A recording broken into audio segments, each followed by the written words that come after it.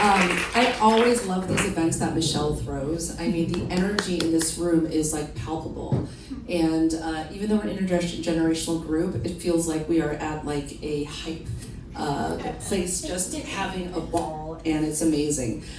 So there's a lot of consonants in my title, and oftentimes there's so many acronyms out there that you lose sight of things. And so if you're like, who was that crazy lady who was talking at the Women in Climate? We call ourselves the Otters, the Office of Technology Transitions. And the reason why the Otters are my spirit animal is they are cute, adorable, helpful. They build tools and actually help the ecosystem. And that's exactly what my team does here at DOE. When I first joined DOE, we were really focused on research and development. And then we passed this monumental set of laws, the Bipartisan Infrastructure Law and Inflation Reduction Act, which led to $500 billion going towards the clean energy transition, the largest amount actually going towards clean energy ever. And the thing that was really amazing is we now had money towards demonstration and deployment, which are the final 2 stages of commercialization. So as a chief commercialization officer, I had to figure out how do we deploy that money to actually have an impact in the real world.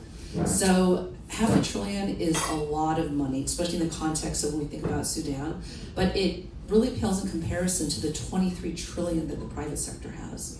So really what we've been doing here in the Biden-Harris administration is trying to figure out how do we take the $500 billion to buy down risk so that the $23 trillion in the private sector actually is activated to make things work. Now, when I was first asked to come to the Biden-Harris administration, I was like, you don't want me, man.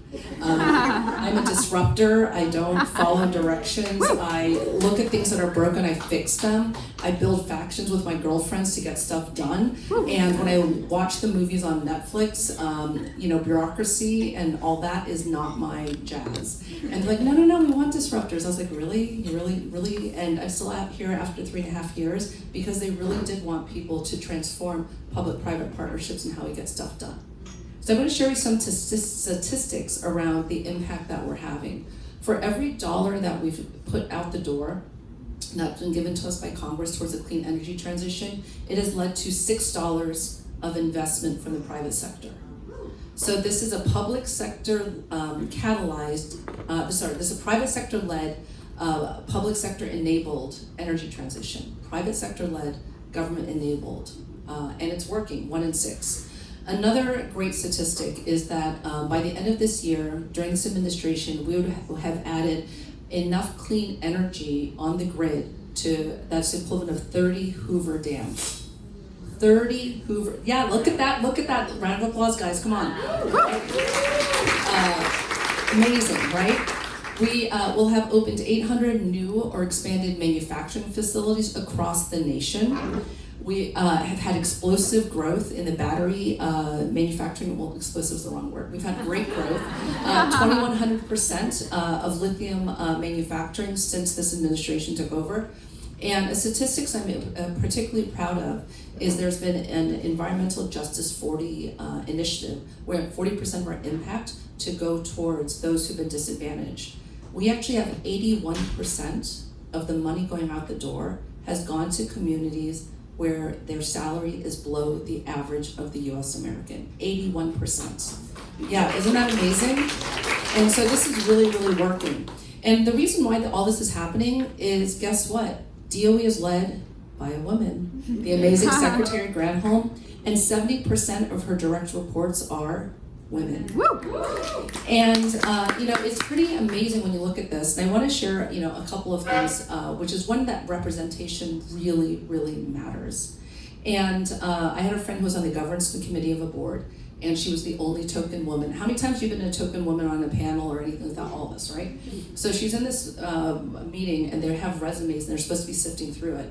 And one of the guys was like, "Oh, we already have a woman," and puts the resume aside. So she picks up a resume. She's like, "Oh, we already have 3 overweight, bald, white men. We don't need this guy." And the guy looks at her and takes the resume. And so sometimes you have to use humor, right, to really get the guys going, and that's when they get it. And I was very lucky where I think intergenerational groups are really important, because I personally have been inspired by my mom, who has a great sense of humor and was the very first woman, only Asian, only woman in a large company. And she shared with me many stories of how she handled situations like that. There was one time when she was in a room waiting for a board member to come in, only woman, only Asian, and there was a seat between her and another guy. And the guy was late from his plane, came running in. He was like, "I'm so glad that you saved me a seat next to the chick." Ugh. So she turns to the other guy and she looks at him. She's like, "I had no idea his pet name for you was Chick."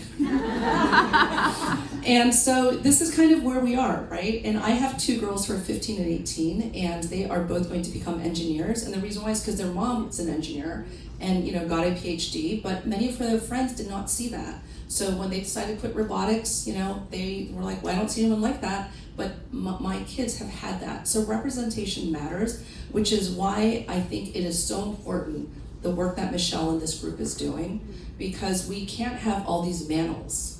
In fact, what I will tell you is I was just at an event earlier today where it was Lannels, a lady-only panel, Lannels. And the first one was Lannel, 5 women. The second one, which I was moderating, had 4 women and a man. And I was like, "Look, the reason why you're here is we needed a token man on our panel." And he laughed and it was like, "Oh my goodness, this is amazing." And so I just wanted to really make sure that all of us who are now older and grayer are actually pulling up those who are needing to rise. And those who are rise, please ask for help up, because it's only through that intergenerational relationships that we can really make sure that we are breaking the mold. I will tell you that, when my late husband was an amazing proponent for women, and he always said to me, "I don't understand why it is that men rule the world." Because when I look at girls, they have it so much put together than men, than little boys. And somehow at some point men rule the world. And he was telling this story to someone who was in his 20s, and he was like, "Okay, whatever, I'm not really thinking about having children." And then 10 years later he sent me a note and he was like, when I had a boy and he was 18 months old and he was like playing in the sand, and he then took a bunch of sand and put it into his diaper and then started crying. And the only thing I could think about was that story your husband told me. And he was like, "I don't know why men rule the world, because it doesn't make sense when they're 18 months old. Why are they doing this stuff?" And so something happened between 18 months old and when we started ruling the world that isn't working. So I really encourage all of us to just remember, they used to put sand in their diaper. So if they used to do that, we can really do much more than that. And so just always think about that when someone makes fun of you or whatever it is, just like, "You used to put sand in your diaper. I got this." And so with that, I want to leave you guys to be inspired to break more ceilings. We got you, girlfriends, and if you ever need help, I'm here to pull you up, because now I'm on the other side of the ladder, and I once was down there and had people pull me up, so I'm happy to do the same for you. Thank you.